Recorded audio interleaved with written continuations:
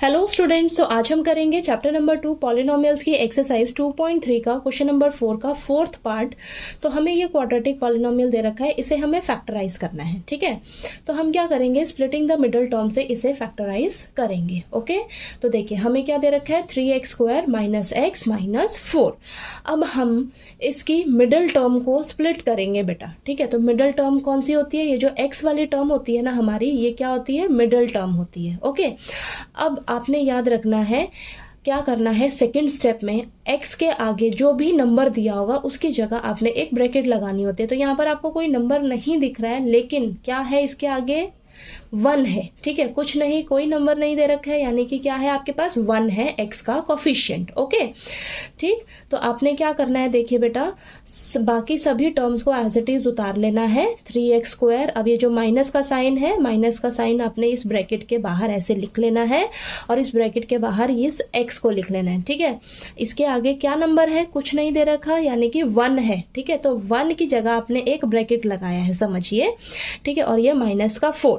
Okay, अब देखिए ध्यान से देखिए, सेकंड स्टेप में क्या किया आपने, बाकी सभी टर्म्स को एज इट इज उतार लिया। इसके आगे जो साइन था, माइनस का साइन, इधर ब्रैकेट के बाहर लिख दिया और x को ब्रैकेट के बाहर ऐसे मल्टीप्लाई में लिख दिया और इस ब्रैकेट किसकी जगह लगाया है आपने, 1 की जगह। ठीक है, अब इस ब्रैकेट में आपके पास 2 नंबर्स लिखे जाएंगे। अब वो 2 नंबर्स आपने कहाँ से ढूंढने हैं, देखिए बेटा x² का कोफिशिएंट क्या है, 3 है, कांस्टेंट टर्म क्या है, 4 है। ठीक है, इन दोनों को मल्टीप्लाई करिए जरा, क्या आया, 12 आया। ठीक है, तो अब 12 के फटाफट से फैक्टर्स देखिए क्या होंगे आपके पास। तो 12 के फैक्टर्स हैं हमारे पास 2 × 2 × 3। ठीक है, अब इन्हीं फैक्टर्स में से ही वो 2 नंबर्स आपको मिलेंगे। कैसे, देखिए जब आप उन दोनों नंबर्स को मल्टीप्लाई करते हो तो आपको ये 12 मिलना चाहिए।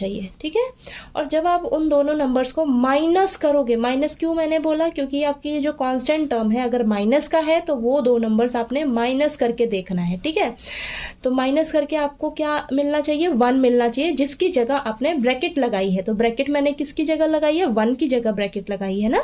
क्या नंबर था, कुछ नहीं दिख रहा है, यानी कि 1 है, तो 1 की जगह ब्रैकेट लगाई है, तो वो 2 नंबर्स माइनस करके आपको 1 मिलना चाहिए। अब इन फैक्टर्स में से ही वो 2 नंबर्स मिलेंगे, तो कुछ इनकी इस तरीके से पेयरिंग करिए जरा, देखिए 2 × 2 क्या मिलता है, 4, 4 × 3 = 12 और 4 में से 3 को माइनस करोगे तो 1 मिलेगा। ठीक है, यानी कि 2 नंबर्स मिल गए हमें। तो जैसे जैसे आप क्वेश्चंस की प्रैक्टिस करोगे ना बेटा, आपको ये फैक्टर्स निकालने का भी ज़रूरत नहीं रहेगा, आप खुद ही बता दोगे कि ये 2 नंबर्स यहाँ पर आने चाहिए। ठीक है, तो अब देखिए 4 - 3 किया तो 1 मिल गया। ठीक है, तो यानी कि 4 - 3 किया तो हमें 1 मिल रहा है, इन दोनों को मल्टीप्लाई करेंगे तो हमें 12 मिल रहा है। समझ आया इतना। अब चलिए इसको ध्यान से अब थर्ड स्टेप में सॉल्व करना होता है। तो 3x² माइनस के साइन को अंदर लेकर जाइए, माइनस का 4, x को दोनों नंबर से मल्टीप्लाई कर दीजिए तो माइनस का 4x। Okay, minus minus plus का 3x माइनस का ये 4 एज इट इज। समझ आया। अब रिवर्स जाकर भी चेक कर लीजिए जरा, -4x + 3x क्या मिल रहा है आपको, माइनस का x। तो माइनस का x ही तो है, माइनस के x की जगह आपने ये 2 टर्म्स लिखी हैं। ठीक है, यानी कि इसको स्प्लिट करके ये 2 टर्म्स आपके पास आई हैं। समझ आया। अब चलिए ये इन दो टर्म्स को लीजिए, देखिए इसमें से कॉमन क्या मिल रहा है आपको, x कॉमन लिया हमने तो यहाँ पर 3x - 4 और यहाँ से हम 1 ले सकते हैं कॉमन, तो 3x - 4, इसके पास भी 3x - 4 है, यहाँ पर भी 3x - 4 है, तो इसको लिख लिया हमने। और यहाँ से क्या बचा आपके पास x और यहाँ से क्या बचा प्लस का 1। तो देखिए ये आपका आंसर हो जाएगा। ठीक है, ठीक, तो बेटा आपने बस ये 2 नंबर्स ढूंढने में ही इस तरीके से थोड़ा सा मेहनत करनी है, बाकी ये क्वेश्चन बहुत इजी होते हैं। स्प्लिटिंग द मिडल टर्म से कैसे आपने फैक्टराइज करना है। ठीक है, बस ये जो स्टेप है ना, इस स्टेप को आपने ध्यान से समझ लेना है।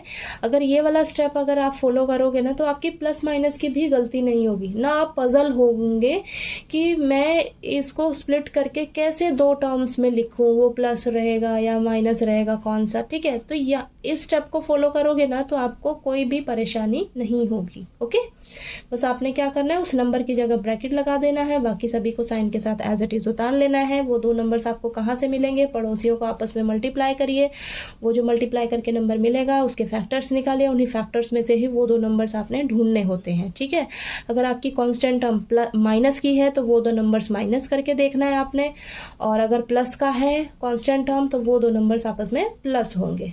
समझ आई बात? ठीक है, तो क्वेश्चन नंबर 4 के चारों पार्ट्स मैंने आपको करा दिए हैं। किसी भी क्वेश्चन में कोई भी डाउट आए आपको तो प्लीज़ आप मेरे से पूछ लीजिएगा, और अगर आपको वीडियो अच्छा लगे तो प्लीज़ वीडियो को लाइक कीजिए, शेयर कीजिए और ज़्यादा से ज़्यादा सब्सक्राइब कीजिएगा चैनल को। Thank you so much.